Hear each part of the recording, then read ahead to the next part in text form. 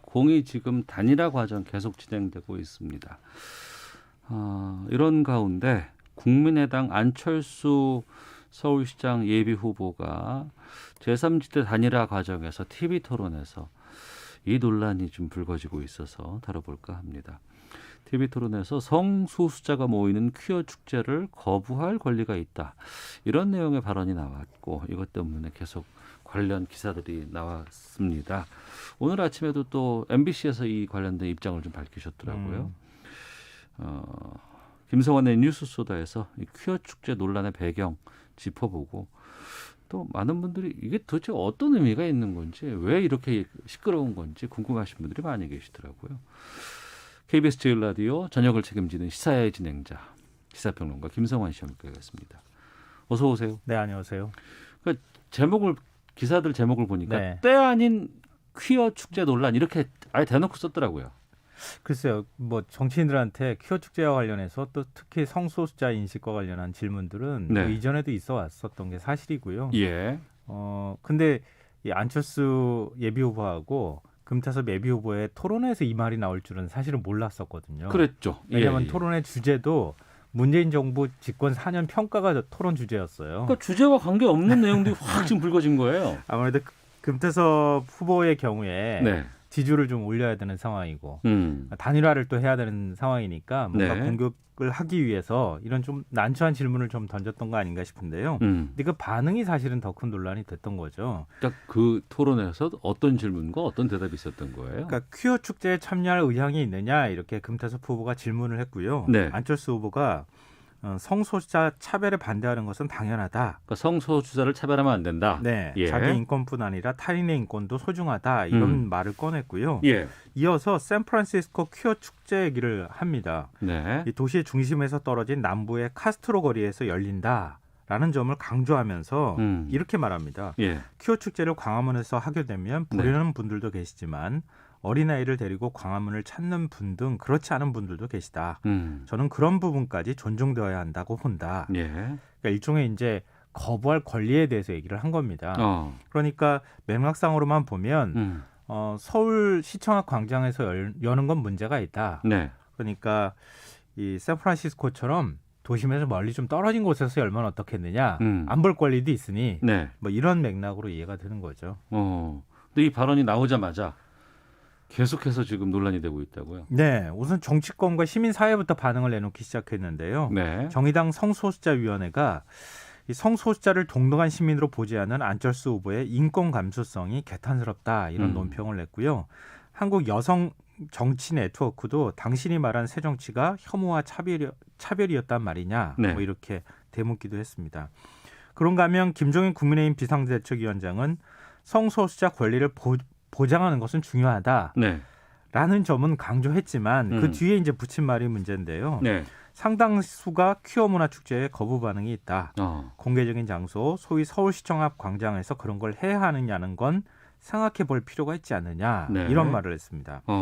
시민들의 의견 역시 좀 갈릴 수밖에 없는 사안이잖아요. 네. 사실 뭐 종교적인 문제하고도 연결이 돼 있기 때문에. 여기에 대한 의견들을 다양하게 얘기하실 수는 있어요. 네, 그렇죠. 예, 예.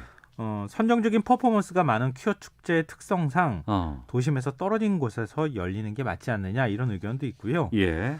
자신의 눈에 띄지 않는 곳으로 자리를 옮겨달라. 이렇게 성소수자의 존재감을 지우는 것 또한 차별과 혐오다. 이렇게 반대하는 의견도 있습니다.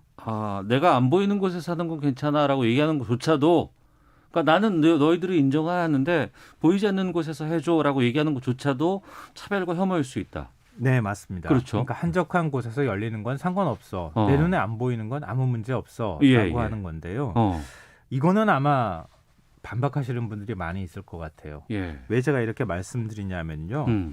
성소수자에 대한 인식에 관한 부분이 아니라 네. 그들의 존재를 감추는 행위와 관련이 있는 거잖아요. 그럼 본질하고 또 다른 차원의 문제라는 거예요. 존재를 감추는 행위. 네. 그러니까 성소수자라고 하는 존재는 예.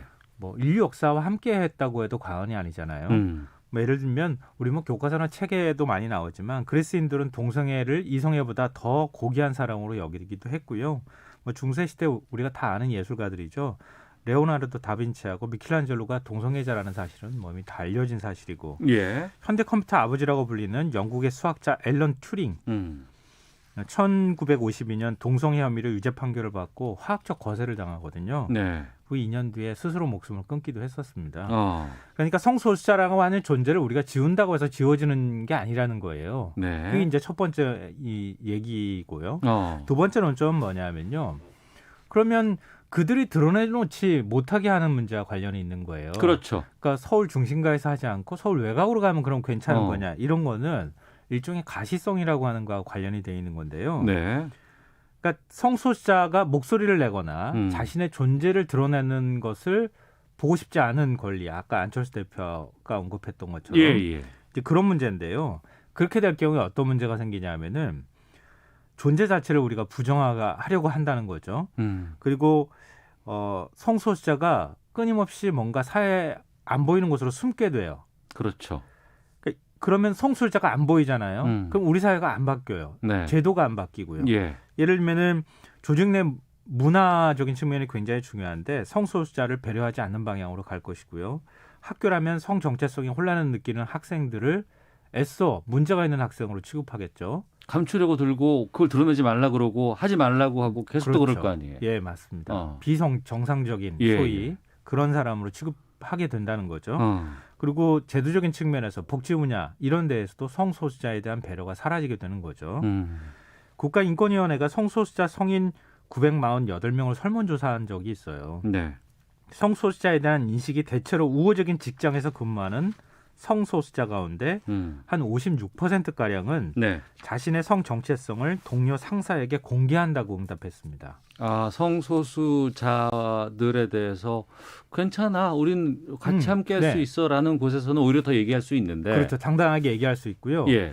비우호적인 직장에서는 7.3%, 10명 중 1명도 안 되는 거죠. 예. 그 정도 사람만 동료에게 성 정체성을 밝힌다. 이렇게 답을 했습니다. 그러니까 성소수자가 스스로 목소리를 내거나 자신의 존재감을 드러나지 않게 하는 게 차별과 혐오로 연결될 수밖에 없는 구조를 갖고 있다는 겁니다. 그래서 네. 제가 앞서 굉장히 중요한 부분이라고 말씀드린 거예요. 그러니까 이 부분을 지적하는 입장에서는 당신들을 인정하고 당신들의 인권을 충분히 존중을 하지만 그래도 아이들이 볼 때 이건 좀 이렇게 혐오적이고 좀 그러니까 과하니까 안 보이는 곳에서 좀 외곽에서 하세요라고 하는 얘기 자체가 인정하지 않는다는 부분과 맥을 맞습니다. 같이 한다라고 그렇게 그렇죠. 말씀하시는 부정하려고 거 아니에요? 하기 때문에 말로는 인권을 존중한다고 하지만 실제로는 보고 싶지 않거나 아니면은 그들을 인정하고 싶지 않은 그런 심리적인 기제하고 연결이 된다는 거예요. 퀴어 축제가 다 있어요? 언제부터 한 거예요? 전 세계 주요 도시에서는 다 열린다고 보시면 될 것 같아요. 예. 1970년 미국 뉴욕에서 시작이 됐고요. 예. 뭐 성소수자의 적대적이었던 미국 사회 당시에는 굉장히 보수적이었으니까요. 거기에 저항하는 의미 또 성소수자 인권과 존엄을 기리기 위한 네. 그런 움직임이었어요. 근데 축제 명칭이 이게 또 의미가 있는데 자긍심 행진이에요. 이게 앞서 제가 가시성이라는 말씀 드렸잖아요. 네, 눈에 네. 보이는 것, 예. 그들의 목소리를 듣는 것. 예. 바로 그런 부분 때문에 자긍심 행진이라고 이름을 붙이는 거예요. 이때부터 세계 각지에서 축제가 많이 열리기 시작한 거죠. 그러면 샌프란시스코 퀴어 축제는 도심과 떨어진 곳에서 열리는 게 맞습니까? 이게 안 후보가 뭔가 착각하거나 혼동한 것 같은데요. 네. 미국 샌프란시스코는 세계 성소수자의 수도라고 불리는 곳이에요. 상징적인 곳이군요. 네, 그럼요. 우리 이제 외국의 도심에 보면 무지개 깃발 걸려 있는 곳, 예, 샌프란시스코라고 생각하시면 돼요. 매년 매년 6월 마지막 주 주말에 샌프란시스코 프라이드라고 하는 퀴어 축제가 열리는데 네. 뭐 시청사를 비롯해서 도심 곳곳에서 열려요. 정중 한가운데서 열린다고 생각하시면 되고 네. 최대 100만 명의 방문객이 몰리는 이제는 뭐 거의 지역 축제나 다름이 없는 곳인데요. 네. 안 후보가 거론한 퀴어 축제는 아마 이거보다 규모가 훨씬 작게 열리는 카스트로 스트리트 페어라고 하는 걸 얘기하는 것 같아요. 매년 10월 시청광장에서 남쪽으로 한 차로 13분 거리에 있는 카스트로 거리라고 하는 곳에서 열리는데요. 네. 이것도 시선을 의식해서 멀찍이 떨어져가지고 도심 바깥에 외곽에서 열리는 축제가 아니고요. 네. 역사적인 배경이 있어요. 이 자기가 동성애자라는 점을 처음으로 밝힌 첫 선출직 공직자가 하비 밀크라고 하는 사람이었는데요. 네. 이 샌프란시스코 시의회 선거구가 바로 카스트로였어요. 음. 그러니까 하비는 1978년 당선 1년 만에 시청사에서 다른 시의원회에서 살해가 됐거든요. 예. 그러니까 성소수자들은 음. 이런 역사성, 상징성을 기리기 위해서 거기 가서 축제를 여는 거예요. 작은 축제를. 네. 큰 축제도 열고 한가운데 도심에서. 그러니까 안철수 후보가 뭔가 혼동하고 착각했다. 이런 지적이 나오는 거죠. 미국 외에 다른 나라는 어떻습니까? 뭐 그 전 세계 주요 도시에선 다 열린다고 말씀드렸는데요. 뭐 매년 6월 캐나다 토론토에서 북미 지역 최대 퀴어 축제인 프라이드 토론토라고 하는 축제가 열리고요. 네. 여기도 뭐 도심 한가운데서 열립니다. 2017년에는 트루도 총리가 이 프라이드 행진에 직접 참여하기도 했었어요. 아시아에서는 2019년 5월 동성혼을 처음으로 합법화한 게 대만이었거든요. 네. 매년 10월 마지막 토요일 음. 시 중심부를 관통하는 퍼레이드를 열기도 하고 있습니다. 네. 청취자분들도 다양한 의견들 보내주고 계시는데 0169님은 퀴어 축제 보신 적 있나요? 성소수자라고 길거리에서 음란한 행위를 하는 게 자유는 아닙니다라는 좀 반대 입장 주셨고 가윤하님은 성적 지향성과 성의식 등이 삶 속에서 변화될 수도 있다는 점은 다른 나라의 사례에서 많이 증명된 사실입니다. 시간 흐르고 모든 것이 변하듯 이런 변화를 수용하고 포용해야죠라는 의견도 주셨습니다. 어떻게 보세요? 이거 어떻게 풀어야 된다고 보세요? 서울 퀴어 축제가 왜 서울광장에서 그러니까 시청학 광장에서 열리게 됐느냐? 예. 원래는 대학로에서 시작됐어요. 2000년에. 네. 근데 작은 축제로 시작했다가 서울 곳곳을 돌아다니면서 대학로에서 열기도 하고 신촌에서도 열리기도 하고 그랬는데 네. 기독교 단체가 막아섰어요. 축제를. 집회 신고를 먼저 내고. 예. 그래서 찾은 곳이 시청학 광장이었던 거예요. 근데 서울시가 이제 허가하면서 네. 그 시청 광장을 일종의 이제 퀴어 축제 장소로 사용한 건데요. 그러니까 지금 제가 설명드리지만 뭔가 역사적 배경이나 이게 뭐 의도적으로 뭔가 행위를 하기 위해서 만드는 이런 일들은 아니다라는 말씀드리고요. 네.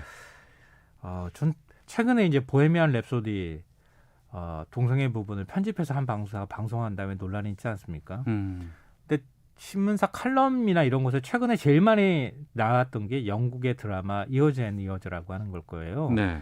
거기에 동성애 다 나오고요. 일본이 성 고정관념이 제일 강한 나라라고 얘기하는데 네. 방송에서 동성애를 주제로 한 드라마가 그냥 방송되고 있습니다. 음. 그러니까 우리가 사회적 인식을 너무 이렇게 좁게 생각하니까 네. 부정적인 측면만 보이는 거 아닐까. 정치인들도 자꾸 감추려고 하고 입장을 밝히지 않으니까 우리가 뭐랄까 동성애나 아니면 성소수자 문제에 대해서 너무 협소한 시각을 자꾸 갖게 되는 건 아닌가. 우리 사회가 이제 포용할 때도 되지 않았나 이런 생각을 해봅니다. 알겠습니다. 또 집회는 허가제가 아니고 신고제이기 때문에 표현의 자유의 문제니까요. 그렇죠. 예. 자, 김성환 시사평론가와 함께했습니다. 고맙습니다. 네, 고맙습니다. 시사본부 마치겠습니다. 안녕히 계십시오.